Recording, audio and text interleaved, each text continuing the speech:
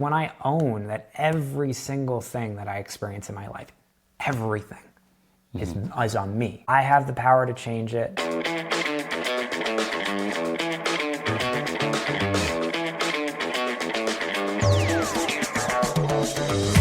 Hello there, it's me, Steve Mellor, and welcome in to Growth Ready, the podcast that allows high performers to reveal the reality behind what it means to ready yourself for growth, the personal and professional challenges along the growth journey, while also allowing the high performance executive coach in me to satisfy his curiosity toward what drives optimal performance. On this episode, we welcome in business coach Jason Moss, whose passion for helping entrepreneurs see what's possible stems from his personal journey of owning what comes with growth and allowing his experiences to teach him the true meaning of getting ready to achieve what you want. Hello there, and welcome in to the most recent installment of the Growth Ready podcast. I am excited to talk coach to coach today as we welcome in Jason Moss. And Jason, before we get started getting to know you a little bit more and all the work that you do today, I'm going to have you answer the question that I have everybody answer. What does it mean to you to be growth ready? It's a great question. And what comes to mind for me is a couple things. Number one, there's a level of self-awareness, I think, to growth that is absolutely essential. When I look at the friends that I have, the clients that I work with, the folks who are growth oriented, there's certainly a level of like 100% responsibility.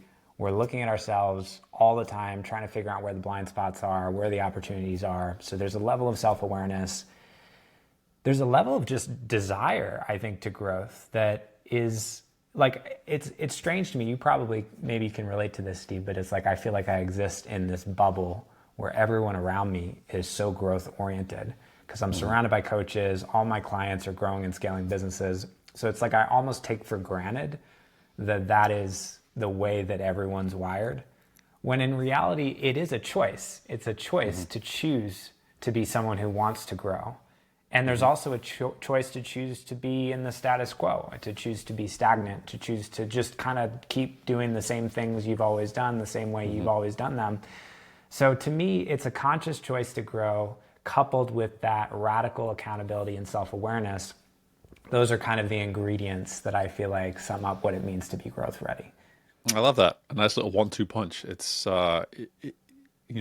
what immediately comes across from that response is twofold. One is that in both of those situations, you're willing to go a little bit deeper than just the answer you gave at the surface. So from a self-awareness standpoint, you went a little deeper and you acknowledged the self-responsibility that we also take. So it's one thing to be aware. It's another thing to kind of go deeper and add that little bit of responsibility to what it is we're becoming aware of. But secondly, the desire and actually emphasizing the fact that that's not just something that just we wake up with and have, that it is an actual conscious choice. And I want to start there before we go into the self-awareness piece. For me, when you look at the work that you're doing today in this world of coaching, what is it that you're noticing when it comes to your clients when they approach you? What does desire look like when you first see it? Because it is something I believe can be refined and we can work through. And I think that's what we're doing in our world as coaching. But when someone typically comes to you and says, hey, I think it's time I get myself a coach, how does desire generally sort of show itself in that initial encounter? I think we're either pushed by pain or pulled by a vision. And when I look at the people who come to me that are in that place where they want to grow, it's one of those two things. So for me, I work with entrepreneurs. I help entrepreneurs scale and grow businesses. The first scenario is someone comes to me because they're at a place where they're struggling in business and maybe their business isn't where they want it to be. Revenue is stuck. They feel overwhelmed. They're juggling way too many hats. They've hit the cap in their own business, and that's causing them a lot of pain. And that pain drives someone at a certain point to get to that moment where they realize, if I don't change things, things are going to get way worse. I'm going to have a life I really don't want to have, and I just don't want to experience all this pain anymore.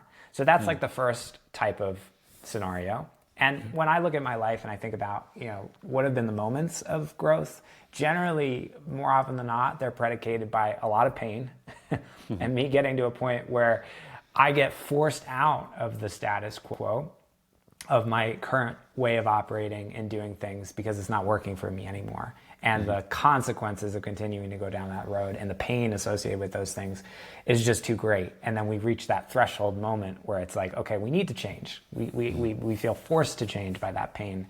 That's the first scenario. And then there's another scenario, and most people, maybe listening to this are like, does it always have to be from a place of pain? I think many of us are waking up to this idea that we don't always have to be driven from this place of things are horribly wrong and I need to fix them. But there's this calling or this deeper part of us that's pulled. Like when I look at my life today and I look at the thing that drives me, it's not that anything's horribly wrong in my life. I actually feel like I have a really great life and I'm really happy with a lot of aspects of my life. But I feel called by this vision, by this way that I want to serve, by the impact that I want to make, by the vision that I have and the potential that I know is within me. And so there's this deeper sense of being called or pulled by a vision. And that's the thing that motivates me to push my own self and grow and evolve. And so it's one of those two things. It's either the pain or it's the vision. And those are the two things that are going to drive somebody to want to grow. Yeah, I really appreciate you personalizing that response too, because I think in our role as coaches, sometimes it's easy to come on podcasts like this and just speak from the perspective of our clients and how people typically come to us. And it's important, and I alluded to this before we press record, is that one of my favorite things about having a coach come on the show from time to time is just to kind of let that whatever that perspective is that people have of a coach, whether it's maybe like, oh, they've got it figured out. It's like, no. Let's just stop right there. We are pushed and we are pulled the same way that anybody else is pushed and pulled. Do we have maybe some internal systems that allow us to navigate those things more effectively? Possibly, but it's really refreshing to hear you articulate this term desire from this sort of pre and post or sort of push and pull, because I think we can have both. You're kind of touching on it, that typically entrepreneurs will come to you and there's that push by pain.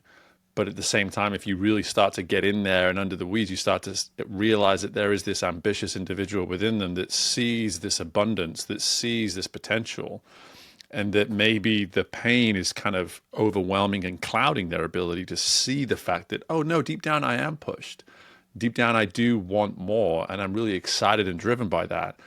But for whatever reason, I've decided to approach Jason based on the pain at hand right now. Yeah. And that for me, that is really encouraging and hopefully affirming to a lot of people listening. Yeah.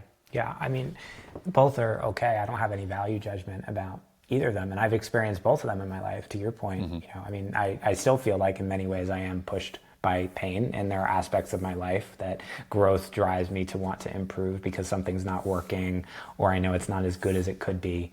But more and more as I've been on this journey of personal development and expansion and growth, I find that more and more my life is more driven from that place of vision and possibility and more of this expansive sense of what's possible, and less like, oh my God, let me just go around and fix all these problems in my life. And ultimately, I think that's where we all want to move to. But wherever you are on that journey, there's nothing wrong with whatever motivates you. At the end of the day, I'm all for growth, however it gets to happen. And pain is an incredible tool that can drive us to want to make those changes for the better.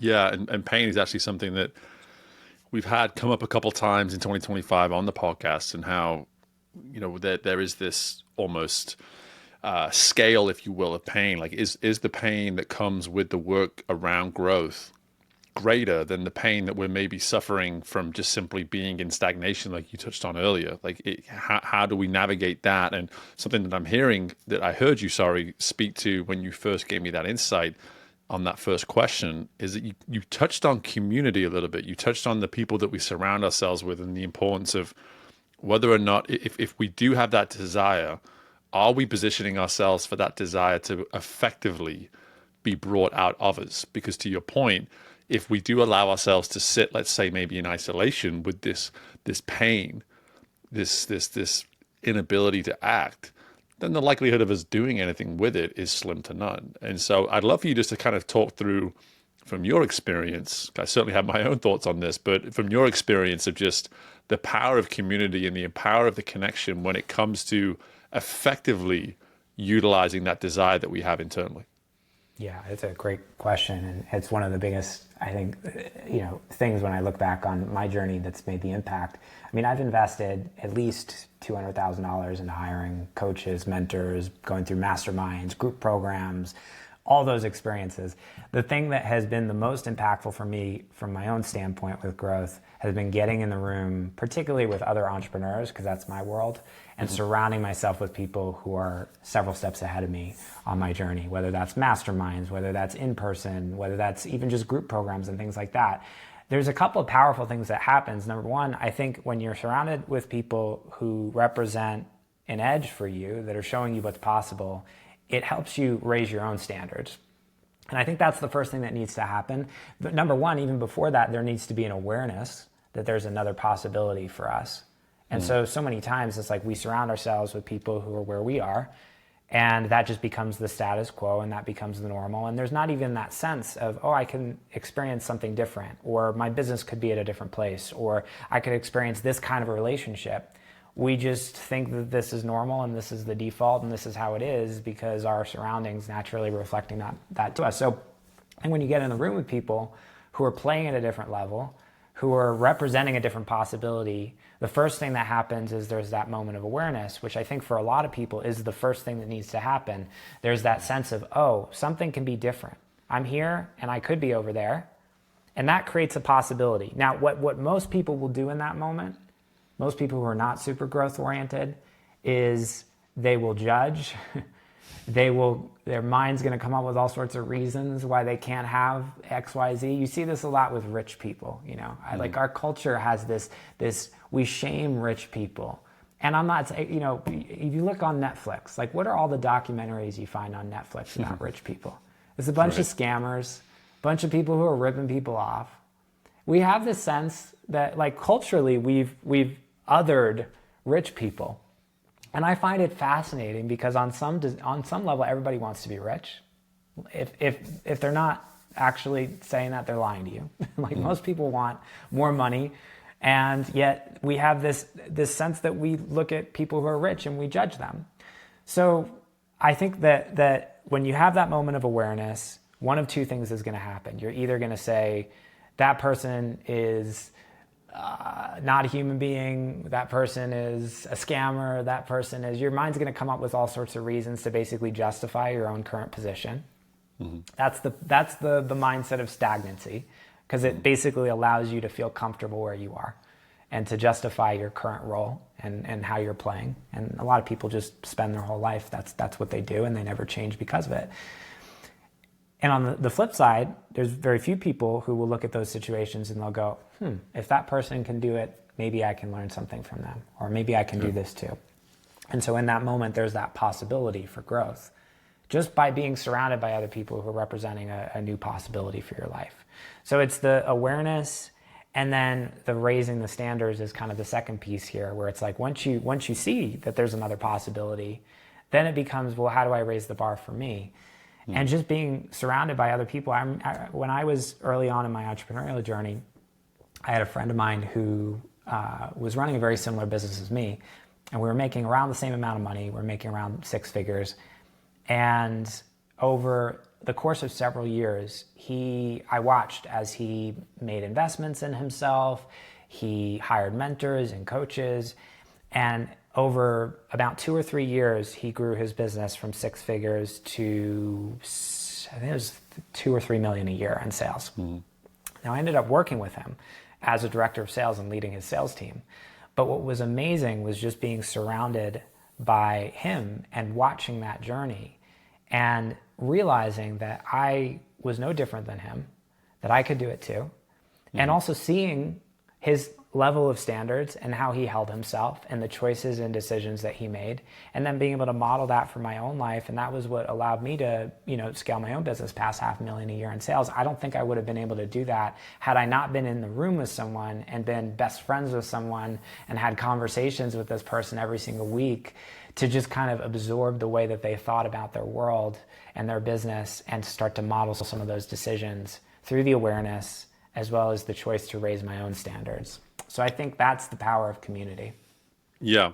It's the piece on standards is really insightful, and I think it allows anybody listening to this who maybe for whatever reason they're not as motivated by money. Maybe a word that I always like to use is wealth as opposed to rich. It's just like wealth almost it indicates that maybe someone's more concerned about what they do with their resources as opposed to just simply having their resources.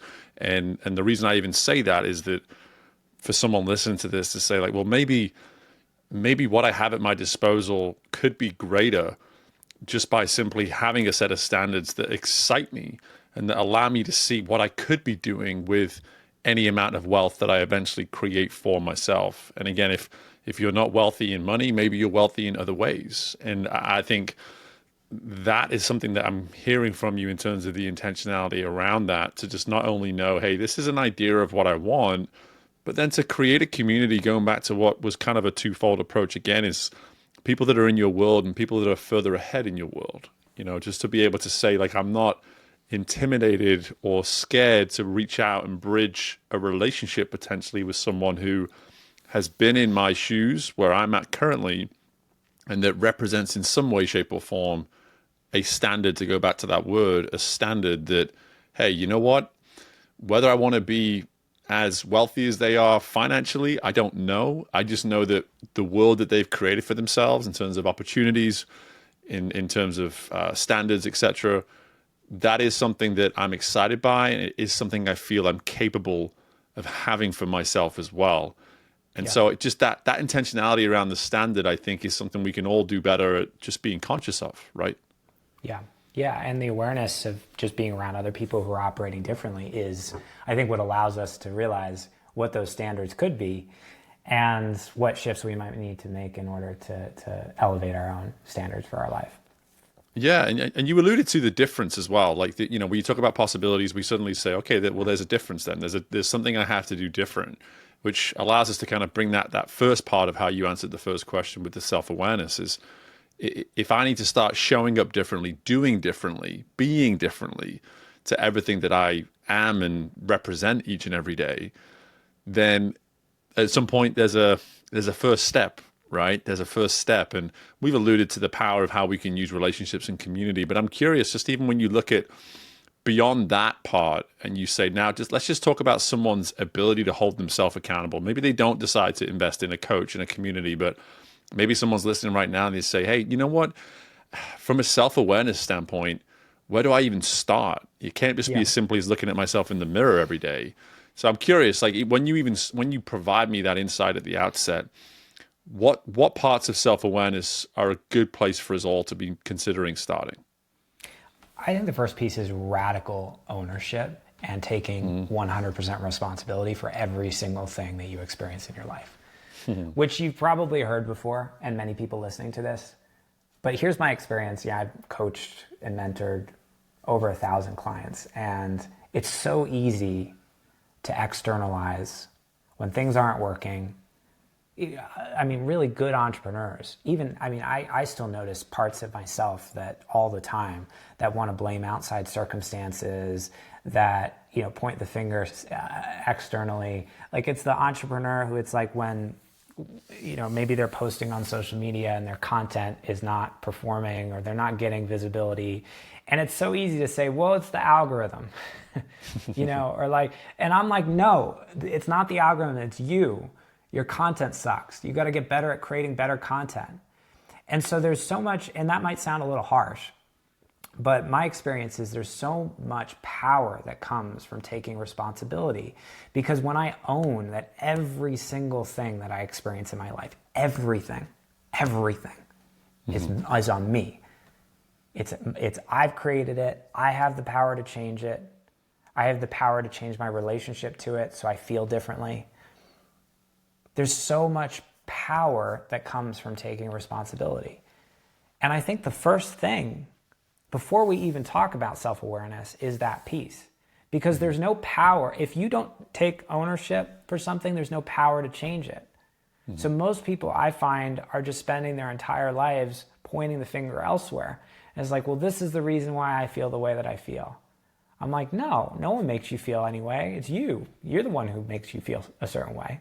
You experience something outside yourself, and then you create a meaning inside yourself that has a biochemical response. And so you can change the meaning that you're giving to a certain situation and change the way you feel. You control how much money you make. You control how happy your relationship is. You control how fulfilled you are in your life. And so I think it's a leap for most people to kind of take that step. But that's the first piece of this. And then from there, once we own that there's power that I have to change things, then it becomes so much easier to say, okay, well, what do I need to change and how do I look at this differently? And, we ask better questions, and that becomes the springboard for real change in your life.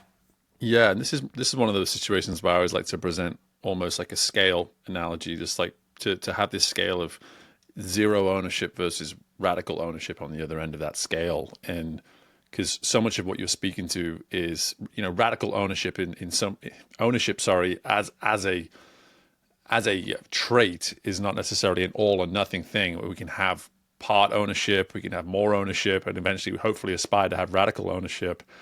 And my point, if even phrasing it that way, is when I ask you that question around where do we start, radical ownership, I'm 100% in agreement with you. I think we should all aspire to have radical ownership. I look at my own journey in my own life in the last 15 years, and it started at a point where I was able to say, stop pointing outwards and start pointing inwards.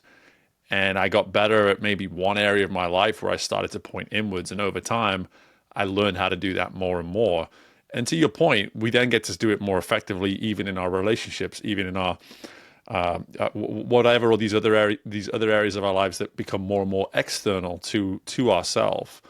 Suddenly, we can get better at owning those pieces too, knowing that it always starts with us. I'm curious when you look at just your journey, because I do know there's sort of a similar path for yourself around sort of 9-10 years ago when you decided to step into what it is you're doing today.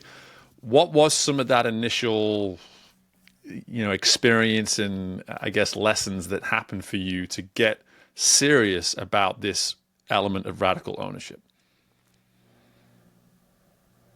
I think for me, it was going through a lot of depression in my life. When I was 21, I was diagnosed with cancer, and I went through several years of treatment. And for several years after that, I just kind of felt like I existed in this place where I was in survival, and every day I would wake up and, I had a lot of anxiety. I was afraid that my cancer was going to come back. And I lived in that place for years. And then at a certain point, I remember going through and starting to explore, having more of like a spiritual awakening and going through my own relationship with spirituality, which never been a part of my life growing up. But I had so much pain at that point that I was really seeking a deeper understanding for my life. And starting to have these insights and realizations, and realizing that I could hold everything that had happened to me differently. And then I felt completely different because of that. And finding a way to move through that experience and come out the other side, and to alchemize that, and to come to a place where I can honestly say I'm like incredibly grateful for that experience. And it's served me in so many different ways. And I've become the person that I am because of that. That took a lot of work. Like, that was an intentional process of meeting that experience, of working with the way that I was holding it, the way I made it, the meaning that I gave, and coming out the other side and realizing that I could take the hardest thing that had ever happened to me in my life, the most challenging experience I'd ever been in my life, and come out the other side and say, and look back and say, wow, I'm really grateful that happened. and to realize the power that we have to be able to shift the relationship that we have to life. Through that experience, I think that everything else in my life, that's given me a model that I've taken and I've pulled into every aspect. Because it's like when you can do that for something like that, I mean, I didn't know if I was going to be here, 10 years later. And coming out the other side and being able to take that experience and turn it into magic, to me, it just makes everything else in my life like, of course I can do that. I can do that with anything. Absolutely. I was just going to say, there's a way that you phrase that. I could hold what happened. Like, I think that is such a beautiful metaphor and just state of imagery that we can all look at and say, what is that thing in your life that for whatever reason you point at it from a distance or you refuse ownership for it when you could literally pick it up and hold it in your hand and just say, what is stopping me from taking full ownership for this? Because we have similar stories in terms of adversity. I am not a cancer survivor, but I am someone that's gone through depression, and life handed me a really bad hand about 12 or 13 years ago. And I came out of it. And to your similar insights of yourself, I was able to look at that and say, if I can do that, then I can do just about anything. But it truly began when I looked in my darkest moment and said, it's hard for you to see this right now, Steve, but you brought yourself to this moment and you have to hold that. You have to hold accountability for that and say, if I brought myself here, I'm the one responsible for getting myself out of here as well. And that was my first internal point at myself, right. Yeah, to realize, and I feel the same way about having cancer. And I think there's so much power in that moment. And the beautiful thing about life, this is where I think pain is a beautiful teacher, because the pain of that moment was what created that shift. And I see life as this beautiful, it's like life is giving me what I need all the time. And if life's giving me pain, it's because there's something in me that life is basically calling to shift and change. And the pain is me resisting whatever needs to be evolved and shifted within myself. And so if I don't want to experience all that pain, I can find what that thing is and shift it. Or I keep experiencing pain, and that pain is going to drive me at some point to make a change. So this is where it's like, man, what a beautiful thing we've got pain in our life. Like, what a beautiful thing you went through all that depression, and me too. What a beautiful thing I had cancer, because that was the thing that motivated me to change and to look at things differently. And that's amazing about life, that it does that. It does. And I want to go back to a sentiment that you provided a little while ago. Is just, we don't want people to always act out of pain. It doesn't have to be the starting line every single time. It is one of those things I work on with my clients, and also just in general with my relationships, is whenever people bring problems to me, so to speak, pain, we can insert any word you want, synonyms of that, to flip the script immediately and say, what possibilities do we have right now? I hear the problem, I hear the pain, but what possibilities do we have right now? Which takes us to the other side of that desire insight that you shared with us at the beginning, is how can we allow our vision to pull us as opposed to our pain to be this thing that pushes us? The two can be effective, but I'm now curious, just to sort of bring it into the here and now in the work that you're doing, Jason. How more effective do you feel your clients are, or just we are as people, when we're allowing ourselves to be pulled by the vision as opposed to be pushed by the pain? Yeah, I love what you just said, and that those reframes and those shifts and the ability to take pain and turn it into vision through the power of a coaching question. Pain is not a very clean energy in my experience. And the times that I've been driven by pain, I notice that I feel tired, I feel burned out, I feel restless. And you'll notice this, I would imagine if you're listening to this, you probably know what that feels like. You've been through cycles of that. And maybe even right now in your life, you're noticing like what's driving you. So I'm always interested, like particularly, my lane is entrepreneurship. When I work with entrepreneurs, I'm always interested in sustainability because the thing that actually makes entrepreneurs successful is how do we play the long game? Because no one's going to be successful in the short game. No. It's just like, you don't start a business and like make millions of dollars in like 6 months. It takes like years, years of committed effort towards something.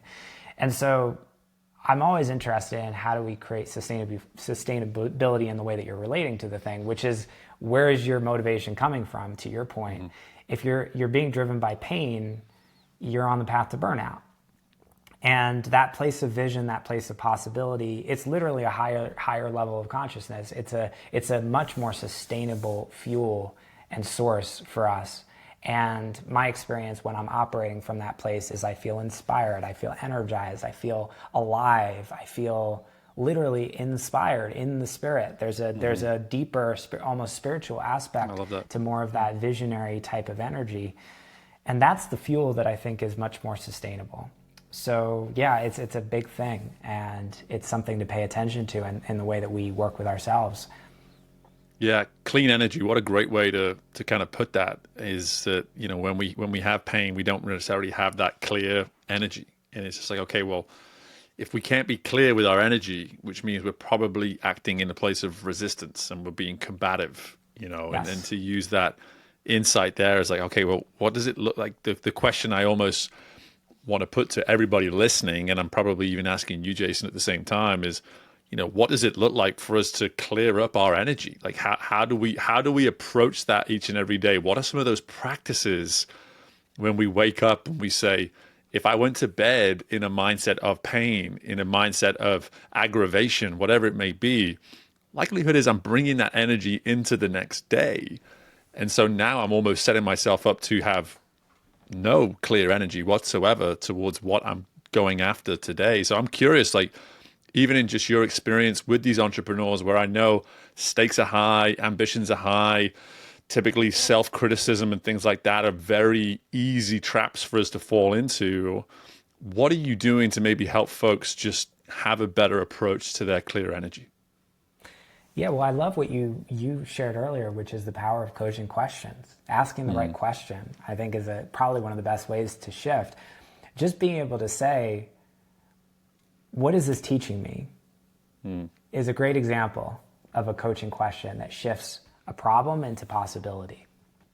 I ask myself that question all the time when I'm struggling with something. It's like, what am I learning here? How is this helping me grow? Who am I becoming through this? Those are examples of coaching questions that can shift the meaning that we create around a problem.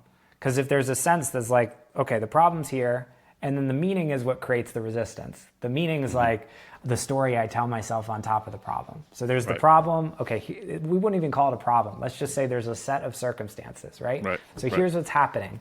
The client that, I thought was happy working with me now wants a refund. That's the objective thing that's happening. That's not bad, that's not good.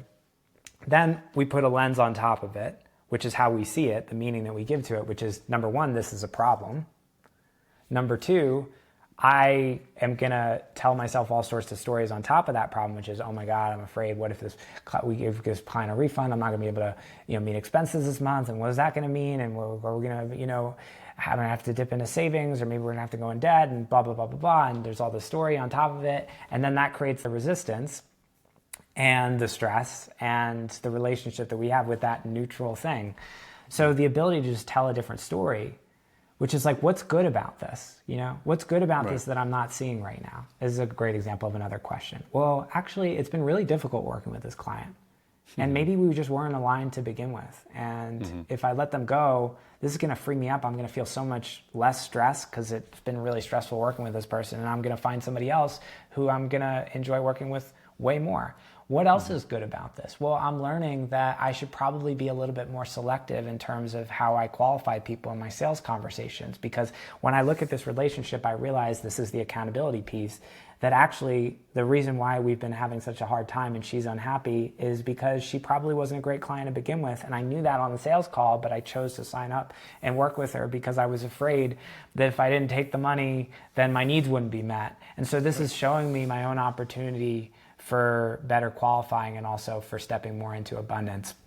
So these are examples of, it's like you can tell yourself a different story, and then the resistance melts away, and there's more of this shift into possibility, into vision, into a lighter energy. So oftentimes what I'm working with clients is, what is the meaning that we're giving to this situation?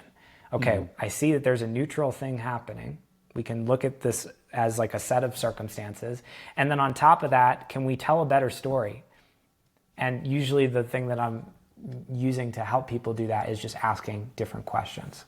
Yeah. Yeah. And you'll notice that, folks listening to this, you'll notice that all those questions were encouraging.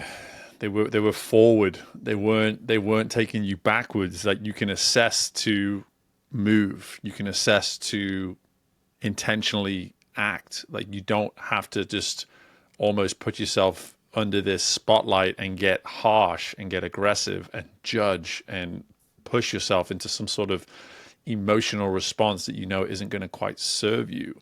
And something as simple as, what is this teaching me right now?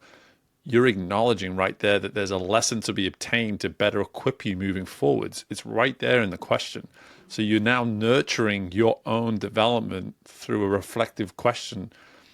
Nothing about that's an attack. Nothing about that is in any way judgmental. And I think that is where we can all take a lesson from the coach's manual, so to speak, of just like, hey, when I'm in those moments, if I don't have a coach at my disposal, if I don't have a community right now that I trust and is filled with the kind of people that I know want what's best for me and can help me aspire, what are some of these really simple practices that I can work on? And I think actually seeing yourself respond to that question through something like a journal as well can be so effective, because that's kind of what I'm hearing here, is just like, how do we become our own teacher and our own student almost at the same time? Yeah, I want people to, when I work with people, my job is to make me obsolete. Exactly. I want to make it so that people don't need to stick around with me forever. So it's installing a way of thinking. It's a way of operating. And I think asking better questions is really what it comes down to. Most people ask disempowering questions. They ask, who's to blame, or why is this happening? These are examples of questions that just put us in loops. If you ask the why is this happening question, it's like, oh no, you're just going to get down a rabbit hole. It's going to make you feel terrible. Yeah. But what am I learning from this? What can I do differently next time? How is this a good thing? Like, these are better questions. And you ask better questions, you get better answers, you get a better state. That's really the foundation of growth. It's really all about the questions that we ask. Well, what a wonderful insight to kind of land the plane on this whole conversation, with you just tying it back to growth there at the end, Jason. And for anybody watching this on YouTube, you may have been wondering the whole time who is who. You got two bald, bearded guys both wearing a gray sweatshirt. So this is one for the audio version. Aside from the British accent, that does help a lot in terms of distinguishing us. But Jason, I'll be honest, before I let you go, man, I just want to acknowledge, man, like, the part of this, when I first started the show, we're multiple hundred episodes in now.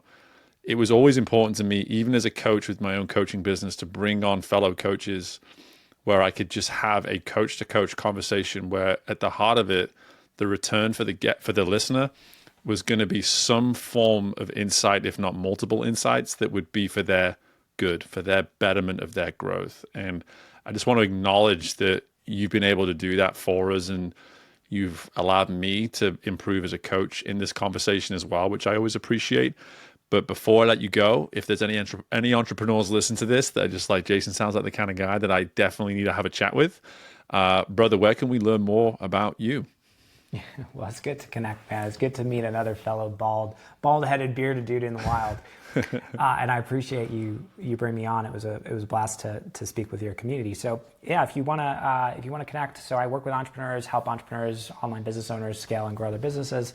You can go to jasonmoss.com. That's MOSS.com. That's our hub for all things what I do. We got a great YouTube channel too with tons of free content if you're interested in scaling and growing a business. Some of my best free resources there. So that's a great place to check out as well. And feel free to shoot me a message on Instagram too. I love connecting with people and saying hello, and I would love to hear what you learned from the episode. Absolutely. Well, again, Jason, thanks so much for the generosity of insights and for the time. Best of luck with everything, brother. Talk to you soon. Thank you. Appreciate it. And my thanks again to Jason for joining us on the show today. And really, the insight I want to provide as we wrap up is this notion of life giving us what we need.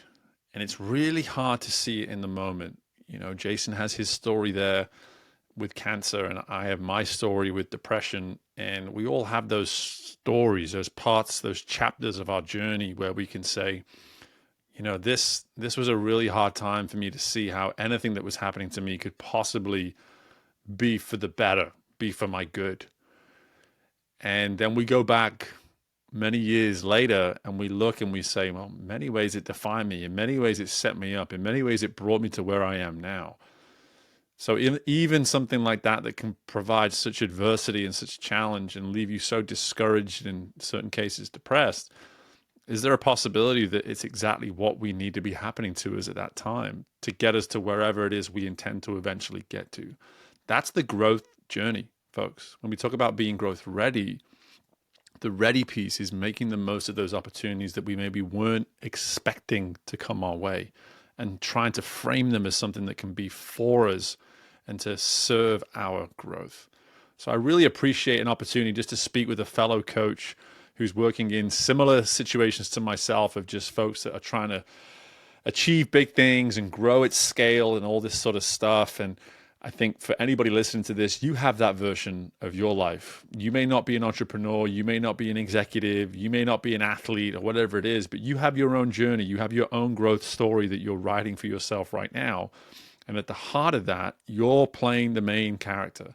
And it's up to you to decide, can I find a way to see what is happening to me to be something that I need to be happening to me to get to where I want to go? Again, my thanks to Jason for joining us, and my thanks to you as always for taking the time to listen to the show.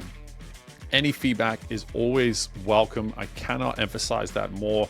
Make sure you're subscribing. Make sure you're sharing the show with folks within your respective communities, because I have no doubt anybody listening to this, you know one person who could benefit from Jason and mine's conversation. So don't hesitate. Send it through in a message and say, hey, thinking of you, thought of you, based on this podcast discussion I just heard, really think this would be 40 minutes worth your time. Send it right now. Don't hesitate. Leave a review for us. But most importantly, folks, best of luck with anything and everything you've got going on within your world. And I look forward to doing this again with you very soon. Bye for now.